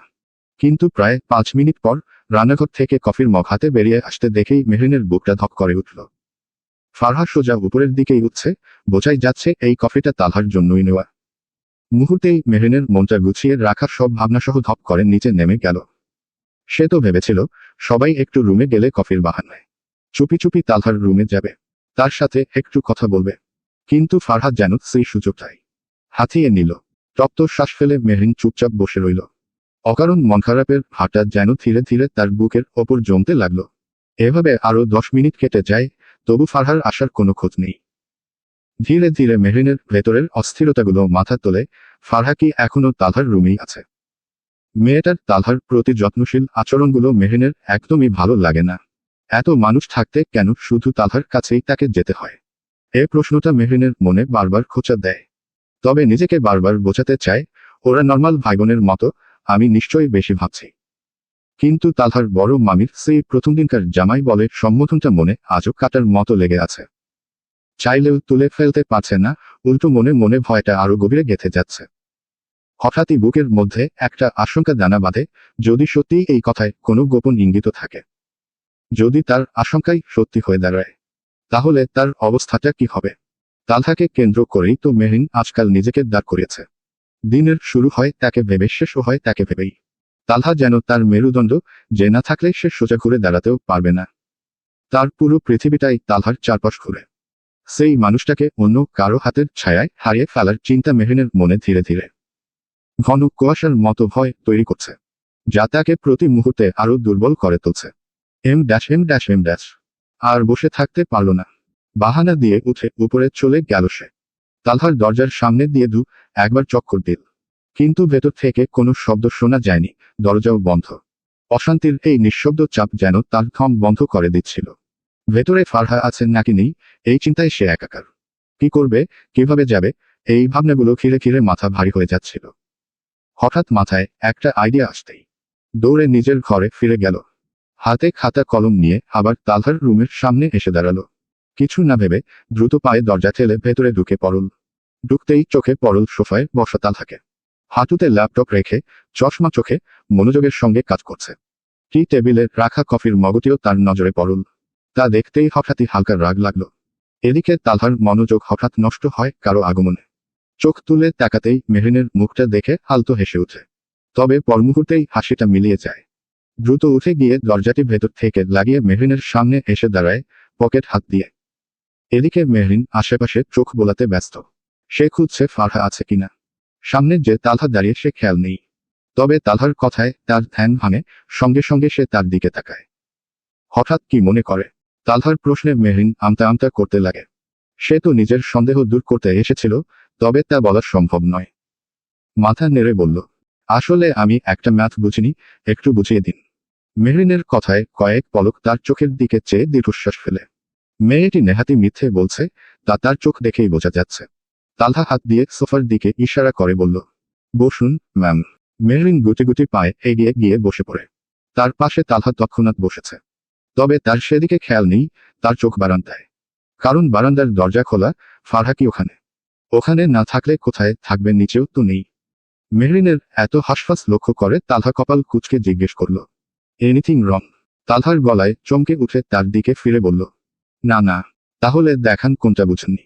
মেহরিন ছটফট হাতে একটা পেজ বের করে আগের করা একটা অঙ্ক বের করে সামনে রাখল। তারপর এটা দেখিয়ে বলল, এটা এটা বুঝিনি। তার কথা শুনে তালহা কয়েক সেকেন্ড নিশ্চুপ দাঁড়িয়ে মেহরিনের দিকে তাকিয়ে রইল। তার এহেন চাহনিতে মেহরিন কিছুটা থতমত খায়। তালহা কি তবে তার আসল উদ্দেশ্য বুঝে ফেলেছে? চোখের চাহনি তো তাই বলছে। ছি, যদি বোঝে তো তাকে কি ভাববে? এই ভাবনার মাঝেই হঠাৎ তালহা মেহরিনের হাত থেকে কলমটা সরিয়ে টি টেবিলে রেখে দেয়। তারপর মেহরিনের কোলের ওপর নিজের মাথা রেখে সোফায় শুয়ে পড়ল। তালহার এই আচরণে মেহরিন হকচকিয়ে তাকিয়ে রইল। হঠাৎ ছয় যেন মেয়েটি জমে গিয়ে স্ট্যাচু হয়ে গেছে। চোখ বড় বড় করে কোলের ওপর রাখা তালহার মুখটা দেখছে। তালহাও চুপচাপ তাকিয়ে কিছুক্ষণ মেহরিনকে নীরবে দেখে। তারপর তার অবস্থা বুঝতে পেরে ঠোঁট প্রসারিত করে টেডি স্মাইল দেয়। মেহরিনের হতবাক অবস্থা যেন আরো বেড়ে উঠছে। চোখ যেন কোটর থেকে বের হওয়ার উপক্রম। তালহার আচরণ তাকে দিনকে দিন বিস্ময়ের চরম পর্যায়ে নিয়ে যাচ্ছে। তালহা মেহরিনের এক হাত নিয়ে নিজের চুলের ওপর মৃদু ছোঁয়। অতঃপর নরম কণ্ঠে তালহা বলল, আপনি এই ম্যাথটা ভালো করেই পারেন। এখন আসল কথায় আসুন। তালহার কথায় থমকে যাওয়া চেহারা আরো ফ্যাকাসে হয়ে উঠল। মেহরিনের মন কেমন যেন ঘুমন্ত খাম থেকে ছপ করে উঠল। চোর ধরা পড়ার মতো অবস্থা এখন তার। তবে ফারহার ব্যাপারটা বলা যাবে না। তাই ইনিয়ে বিনিয়ে বলল, আপনার সাথে কথা বলতে ইচ্ছে করছিল। কথাটুকু শুনতাই তালহা হালকা করে মুচকি হাসল। সেই হাসি দেখে মেহরিন এবার চুলে হাত বুলাতে বুলাতে অসন্তুষ্ট কণ্ঠে বলল, আপনি হাসলে দাঁত বের করে হাসবেন। তালহা ভ্রু কুঁচকে তাকিয়ে জিজ্ঞেস করল, কেন? মেহরিন এক চিলতে হেসে বলল, ওভাবে হাসলে আপনার বাম দিকের বেজ দাঁতটা বের হয়ে আসে। অনেক সুন্দর লাগে। তার কথাতেই এবার তালহা দাঁত বের করেই হেসে উঠল। মেয়েটির কথার সঙ্গে সঙ্গেই কেমন যেন মুখে এক অপ্রকাশ্য উচ্ছ্বাস ছড়িয়ে পড়ল। তার হাসি দেখে মেহরিনও হালকা করে হেসে বলল, এইবার ঠিক আছে। এক পর্যায়ে তালহা এক হাত মেহরিনের চুলের পেছনে নিয়ে মাথা ধরে হালকা টানে তার মুখটি নিজের মুখের একদম কাছাকাছি নিয়ে আসে। পরপরই নাকের সাথে নাক ঘেঁষে বলে ওঠল, একটু চুল টেনে দিবেন ম্যাডাম। মেহরিন সঙ্গে সঙ্গে মাথা ঝাঁকিয়ে আস্তে আস্তে নরম হাতজোড়া দিয়ে চুল টানতে লাগল। তালহা চোখ বন্ধ করে নেয় আরামে। ঘন ঘন শ্বাস নিচ্ছে সে, যেন দেহের প্রতিটা ক্লান্তি ধীরে ধীরে মুছে যাচ্ছে। চেহারায় স্পষ্ট অসুস্থতা, যা এতক্ষণ মেডিকেলে থাকার প্রভাব। এক হাতে চুল টানছে, অন্য হাতে কপাল টিপছে মেহরিন। এর মাঝে একবার নিচু কণ্ঠে জিজ্ঞেস করল, খুব ক্লান্ত আপনি? তালহা চোখ বোঝা অবস্থাতেই মৃদু হেসে বলল, ছিলাম। তবে এখন আপনার সেবায় সব ক্লান্তি দূর হয়ে গেছে। তালহার কথায় মেহরিন হেসে ফেলল শব্দ করে। হাসির শব্দ শুনেই তালহা চোখ খুলে এক পলক তাকালো। মেহরিনের হাসিমাখা মুখটা তার দৃষ্টিতে ধরা পড়ল। তা দেখেই আবার চোখ বন্ধ করে নিল সে। তালহার চোখ বন্ধ হতেই মেহরিনও হাসি চেপে নিল। তারপর আরো যত্ন করে তার চুলগুলো টেনে দিতে লাগলো। তালহার এই ঘরটায় এলে মেহরিনের ভীষণ ভালো লাগে। এ ঘরের প্রতিটা কোণায় যেন শুধু তালহার গন্ধ, তালহার স্পর্শ, তালহার ছায়া। থাকতে ভীষণ ইচ্ছেও করে। তবে থাকবার মতো অধিকার থাকলেও পরিস্থিতি নেই। এ ভেবে তার বুকটা হালকা চিনচিন করে ওঠে। মনে প্রশ্ন জাগে, তাদের বিয়েটার কথা এই পরিবারের কেউ কোনোদিন জানতে পারবে? আর জানলেও তাকে মেনে নেবে তো? ভাবনার ভেতরেই কয়েক মিনিট কেটে যায়। তালহা তখনও চোখ বন্ধ করে শুয়ে আছে। মেহরিন ধরে নিয়েছে, তালহা ঘুমিয়ে পড়েছে। আর সেই সুযোগেই সে খেলতে শুরু করেছে তালহার চুল নিয়ে। কখনো লাভ বানাচ্ছে, তো কখনো আবার মেয়েদের মতো করে উপরে বেঁধে দিচ্ছে। তার এমনই কাণ্ডকারখানার মাঝখানে হঠাৎ তালহা নিচু স্বরে ডেকে উঠল, মেহরিন। তালহার মুখে হঠাৎ নিজের নাম শুনে হাত থেমে যায়। মেহরিনের ভেতর যেন একটা ঠান্ডা হাওয়া বয়ে গেল। কেমন অচেনা উচ্ছ্বাস আর মৃদু লাজ মুখে ভেসে উঠল। পরক্ষণেই ঠোঁটের কোণটা নরমভাবে হাসিতে বাঁক নিল। তার মনটা হঠাৎ কেমন গরম হয়ে উঠল, হৃদয়ে যেন দ্রুত তালে ধাক ধাক করতে লাগল। কথার মাঝে ভালোবাসার মানুষের মুখে নিজের পুরো নাম শুনলেই মেয়েরা যেন মুহূর্তেই গলে যায়। এক অদ্ভুত ভালো লাগায় ভেসে ওঠে মেয়েদের মন। আর ছেলেরা এই ছোট্ট কিন্তু শক্তিশালী কৌশলটি বেশ চতুরভাবে ব্যবহার করে, মেয়েদের অনুভূতিকে নরম করতে এবং মন জয় করতে। যেমনটা তালহা করছে। সে আবারও ডেকে উঠল মেহরিনের নাম ধরে আরো কোমল কণ্ঠে, মেহরিন। মেহরিন ধীর গলায় জবাব দিল, হুম। এভাবে হুটহাট ঘরে আসবেন না কেমন? কথাটা শোনার পরই মেহরিনের মনটা কেমন যেন খারাপ হয়ে যায়। আবার একটু এগোতেও লাগলো। তাকে আসতে মানা করছে। তবে কি তালহা বিরক্ত তার আশাতে? তাকে চুপ দেখে তালহার সঙ্গে সঙ্গে জিজ্ঞেস করল, মন খারাপ করলেন বুঝি? মেহরিন আস্তে করে বলল, না। তার কথা শুনতাই তালহা ফট করে তাকায়। মেহরিনের মুখে চোখ আটকে রেখে কিছু বোঝার চেষ্টা করে। কপালে সূক্ষ্ম ভাঁজ ফেলে মৃদু কণ্ঠে বলল, তবে আপনাকে দেখে তো মনে হচ্ছে মনটা খারাপ হয়ে গেছে। কথাটা শুনে মেহরিন মাথা নিচু করে ফেলল। মাথা হালকা দোলাতে দোলাতে অভিমানী সুরে বলল, না, তেমন কিছু না। মেহরিনের এই অভিমানী সুর শুনে তালহা মনে মনে হাসল। শোয়া থেকে ধীরে উঠে বসে। মেহরিন তখনও মাথা নিচু করে বসে আছে। বিছানা থেকে উঠে কাঁধ ঝাড়া দিয়ে তালহা বেডসাইডের ছোট টেবিলের দিকে এগোয়। উপরের ড্রয়ার থেকে কিছু একটা নিয়ে আবার ফিরে আসে। মেহরিনের পাশে বসে হঠাৎ তার পা ধরে। হঠাৎ কাণ্ডে মেহরিন হকচকিয়ে উঠল। দ্রুত পা সরাতে চাইলে তালহা তা আটকে দেয়। তার এক পা আলতো করে সোফার ওপর তুলে রাখে। তা দেখে মেহরিন অস্থির হয়ে বলল, কি করছেন? আপনি আমার পা ধরছেন কেন? তালহা হাতের প্যাকেটটা ছিঁড়তে ছিঁড়তে শান্ত স্বরে বলল, মন খারাপ যেহেতু হয়েছে আমার জন্য, তাহলে মন ভালো করার দায়িত্বটাও তো আমার। তালহার কথায় মেহরিন চুপ করে যায়। সে মনোযোগ দিয়ে তাকিয়ে। তালহা এখন কি করবে তার মন ভালো করতে, তা জানতে ইচ্ছুক। তালহা হাতের প্যাকেটটা ছিঁড়ে ভেতর থেকে একজোড়া নুপুর বের করে। তারপর সযত্নে এক পায়ে তা পরিয়ে দিতে লাগে। মেহরিনের মুখের সঙ্গে সঙ্গে হাসির রেখা ফুটে ওঠে। লোকটা সত্যিই ভীষণ খেয়ালি। নিজেই জখম দিল, নিজেই আবার তার চিকিৎসা করছে। নুপুর পরানোর ফাঁকে একবার চোখ তুলে মেহরিনের দিকে তাকিয়েই তার হাসিটা দেখে বলল, মন ভালো হয়েছে। মেহরিন মাথা নেড়ে হ্যাঁ বলতেই তালহা তার অন্য পাটাও আলতো করে তুলে সেই পায়েও নুপুর পরাতে লাগলো। পায়ের দিকে তাকিয়েই স্বল্প স্বরে বুঝিয়ে বলল, বুঝলেন ম্যাডাম, আপনি এখন যথেষ্ট বড় হচ্ছেন। আর সকলের চোখে আমি একজন অবিবাহিত ছেলে। তো একটা অবিবাহিত ছেলের রুমে একটা প্রাপ্তবয়স্ক মেয়েকে দেখলে কি ভাববে বুঝতে পারছেন? যদিও আপনি আমার চোখে এখনো অনেক ছোট। তালহার কথায় এবার মেহরিনের মাথায় আসলো আসল ঘটনা। সে কেন তাকে তার ঘরে আসতে মানা করেছিল? সত্যিই তো, একটা ছেলের ঘরে অচেনা মেয়েকে দেখলে মানুষ খারাপই ভাববে। তবে তালহার কথা শুনে সে এবারও কোনো জবাব দিল না, শুধু মাথা নেড়ে হ্যাঁ বোঝালো। তা দেখে তালহা উঠে দাঁড়ায়। মেহরিনও সাথে সাথে দাঁড়িয়ে এদিক ওদিক হাঁটতে লাগলো। নুপুরে তেমন শব্দ নেই, কিন্তু নড়ালে কেমন যেন ভালো লাগছে। তার এই নিঃশব্দ বাচ্চামো দেখে তালহা মুচকি হেসে সামনে এসে দাঁড়ায়। তারপর হঠাৎ তার হাত ধরে বারান্দার দিকে নিয়ে গেল। মেহরিনকে নিজের সামনে এনে দুহাতে তার দু বাহু ধরে গভীর চোখে চেয়ে বলল, আপনি আমার স্ত্রী, আর আপনার সম্মান রক্ষা করা স্বামী হিসেবে আমার দায়িত্ব। আমাদের বিয়ের কথা এখনো কেউ জানে না। তাই চাই না এই সত্য জানার আগেই কেউ আপনার দিকে বা আপনার চরিত্রের দিকে আঙুল তুলুক। সেই কারণেই আমি আপনাকে সুরক্ষিত রাখতে চাই, বুঝলেন?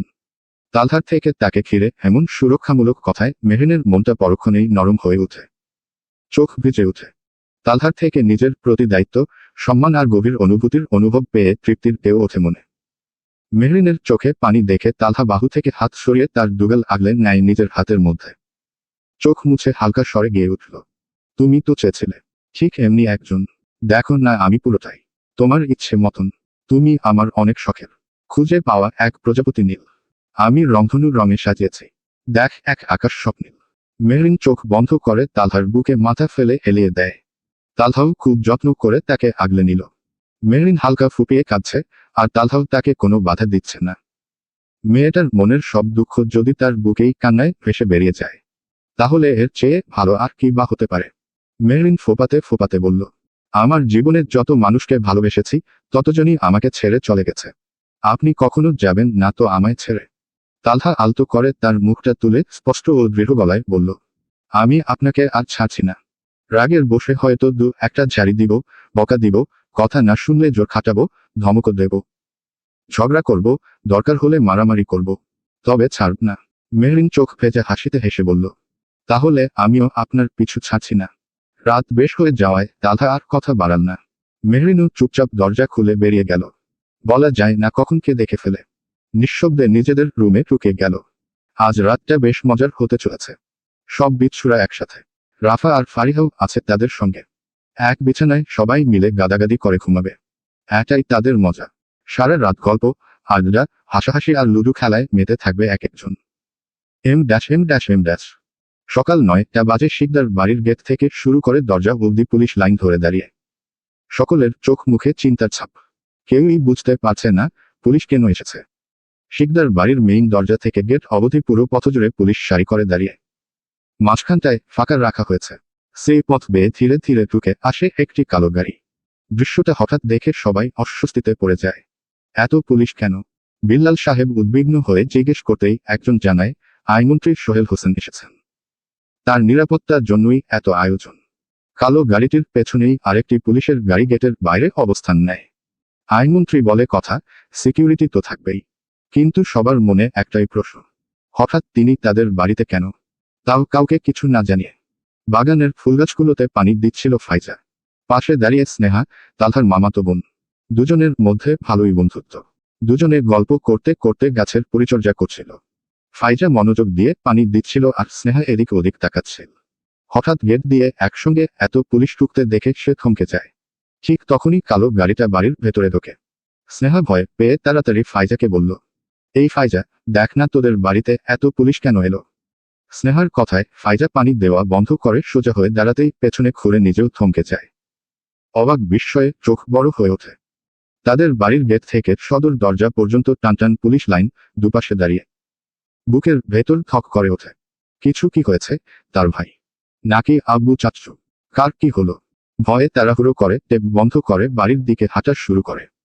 সদর দরজার কাছে পৌঁছানোর আগেই কালো একটা গাড়ি থেকে নেমে আসা একজন মধ্যবয়সী লোক আর তার দুজন বডিগার্ড বাড়ির ভেতরে ঢুকে যায়। ফাইজাও পেছনে পেছনে ভেতরে পা রাখতে যাবে, এমন সময় আবার আরেকটা গাড়ির শব্দে দাঁড়িয়ে যায়। কি হচ্ছে? একের পর এক গাড়ি কেন তাদের বাড়িতে ঢুকছে না? কালো গাড়ির লোকটা যে বড় মাপের কেউ, এটা বডিগার্ড দেখেই বোঝা যাচ্ছিল। কিন্তু এবার আবার কে এলো? চিন্তিত মুখে পেছনে ফিরে তাকায়। দেখে সাদা রঙের আরেকটা গাড়ি গেট পেরিয়ে ঢুকছে না। গাড়িটা থামতেই একজন পুলিশ দরজা খুলে দেয়।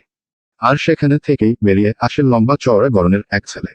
গায়ে ফর্মাল গেটআপ, চোখে কালো চশমা, এলোমেলো চুলগুলো, টাইও বেঁকে আছে। দেখেই বোঝা যাচ্ছে তাড়াহুড়ো করে এসেছে। ফাইজা লোকটাকে দেখা মাত্রই চোখ বড় হয়ে ওঠে।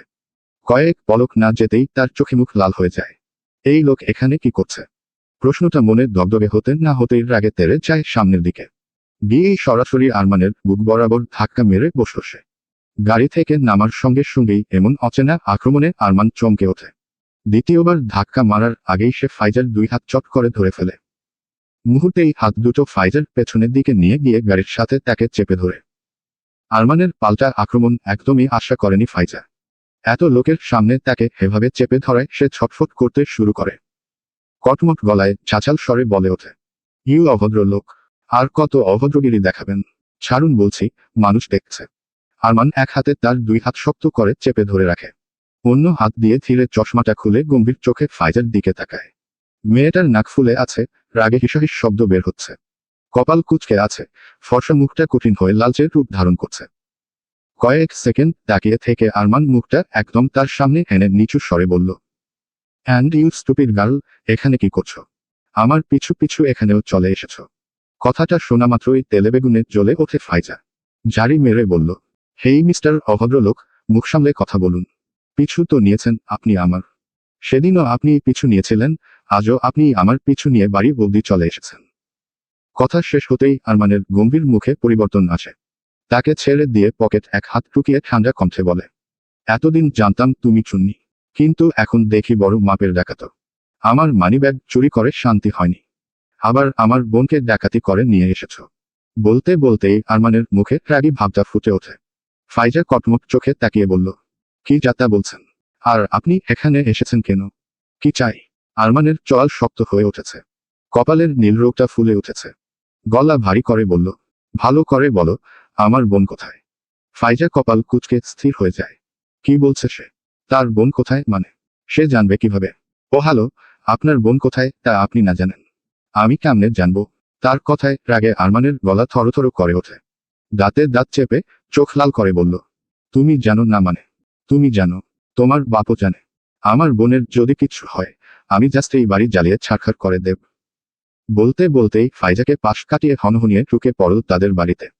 ফাইজার রাগী চোখে তাকিয়ে আছে তার যাওয়ার দিকে, যেন মনে হচ্ছে হাতে এখন পাথর থাকলে তাই পেছনে থেকে আরমানের মাথা বরাবর মেরে বসত। এদিকে স্নেহা দাঁড়িয়ে দাঁড়িয়ে তাদের কাহিনী দেখছিল। আরমান ভেতরে যেতেই সে এগিয়ে এসে ধীর স্বরে জিজ্ঞেস করল, ব্যাপার কিরে ফাইজা, চিনিস? ফাইজা হেগোতে হেগোতে বলল, চিনি বই কি, একদম হারে হারে চিনি এই বদলোককে। M dash. শিকদার বাড়ির ড্রয়িং রুমে বসে আছে বড়রা, ছোটদের নিচে আসতে নিষেধ করেছেন। তাই সবাই উপরের ঘরে বসে আছে, মন যেন এক অনির্বচনীয় দোলাচল। চারপাশে পুলিশ দেখে কারো মনে শান্তি নেই। মেহরিন তো ভয় কেঁদেই ফেলেছিল। সে ভেবেছিল পুলিশ তালহাকে ধরতে এসেছে। তবে তাহিয়া তাকে আশ্বস্ত করেছে, সে জানে তার ভাই এমন কোনো কাজ করতে পারে না যার জন্য পুলিশ আসবে। সকলেই টুকটাক কথা বলছে, কিন্তু তনিমা এক কোণে গুটিয়ে বসে আছে। ডান হাতের নখ কামড়াচ্ছে দাঁত দিয়ে, চোখে ভীতির আভাস। মনে হচ্ছে তার মাথার ভেতরে একটি ঝড় চলছে, ঝড় যার নাম চিন্তা। কি রে, তুই কি নিয়ে চিন্তা করছিস? তাহিয়ার প্রশ্নে তনিমার ধ্যান ভেঙে যায়। সে হড়বড় করে উত্তর দেয়, ক ক কুই না তো, কিসের চিন্তা? আমি বিন্দাস, ক কোনো চিন্তা নাই। মেহরিন তনিমার মুখের অভিব্যক্তি ভালো করে পরখ করে বলল, কিন্তু তোর ফেসিয়াল রিয়েকশন দেখে তো লাগছে তুই অনেক চিন্তিত। তনিমা বুক ফুলিয়ে হাত পা ছড়িয়ে বসে বলল, দূর, আমার আবার কি এর চিন্তা? উল্টো চিন্তারা আমাকে নিয়ে চিন্তা করে। কথার মাঝেই হঠাৎ নিচ থেকে তুমুল চিল্লাচিল্লি। সকলেই ভয় হালকা কেঁপে উঠল। কৌতূহলী মন নিয়ে আর বসে থাকতে পারল না। দ্রুত রুম থেকে বের হয়ে দোতলার করিডোরে এসে দাঁড়ালো। M dash. সোহেল হোসেন রাগে ফেটে পড়া গলায় চেঁচাচ্ছেন, আমার মেয়েকে এক্ষুনি বের করো, নয়তো খুব খারাপ হয়ে যাবে বলছি। বিল্লাল সাহেব তাড়াহুড়ো করে এগিয়ে এসে তাকে শান্ত করার চেষ্টা করেন, দু হাতে থামিয়ে সোফায় বসেন। তার শান্ত স্বভাবের বিপরীতে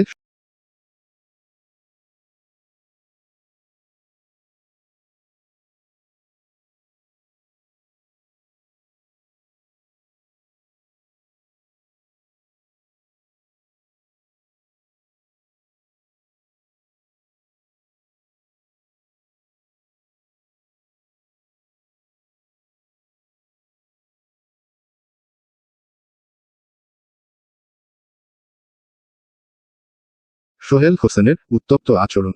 তিনি স্বর নরম করে জিজ্ঞেস করেন, কি হয়েছে, কেন এমন উত্তেজনা? কিন্তু সোহেল হোসেন সেসবের উত্তরই দিচ্ছেন না। তার একটাই কথা, তার মেয়েকে বের করে দিতে হবে। বিল্লাল সাহেব যত নরম হচ্ছেন, ততই যেন আরো গরম হয়ে উঠছেন সোহেল হোসেন। আপনাদের এক একটাকে জেলের ভাত খাওয়াবো বলছি। আমার মেয়েকে বের করে আনুন। এতক্ষণ ধৈর্য ধরে থাকা তালহা চাচার প্রতি এই অসম্মান দেখে আর নিজেকে ধরে রাখতে পারে না। গম্ভীর কণ্ঠে বলে উঠল, মুখ সামলে কথা বলুন মিস্টার সোহেল হোসেন। আপনি দেশের আইনমন্ত্রী হন বা prime minister, I don't care. আমার চাচু আপনাকে সম্মান দিয়ে কথা বলছে, তাই আপনিও সম্মান দিয়ে কথা বলবেন। তালহার রাগে থরথর করা কণ্ঠস্বরে প্রতিধ্বনিত হতেই বিল্লাল সাহেব তাকে শান্ত করতে কিছু বলতে যাচ্ছিলেন। ঠিক তখনই দরজার দিক থেকে ভেসে আসল আরেকটি কণ্ঠ, তুই গলা নামিয়ে কথা বল। কার সামনে কিভাবে কথা বলছিস, তোর সাহস দেখে তো আমি অবাক।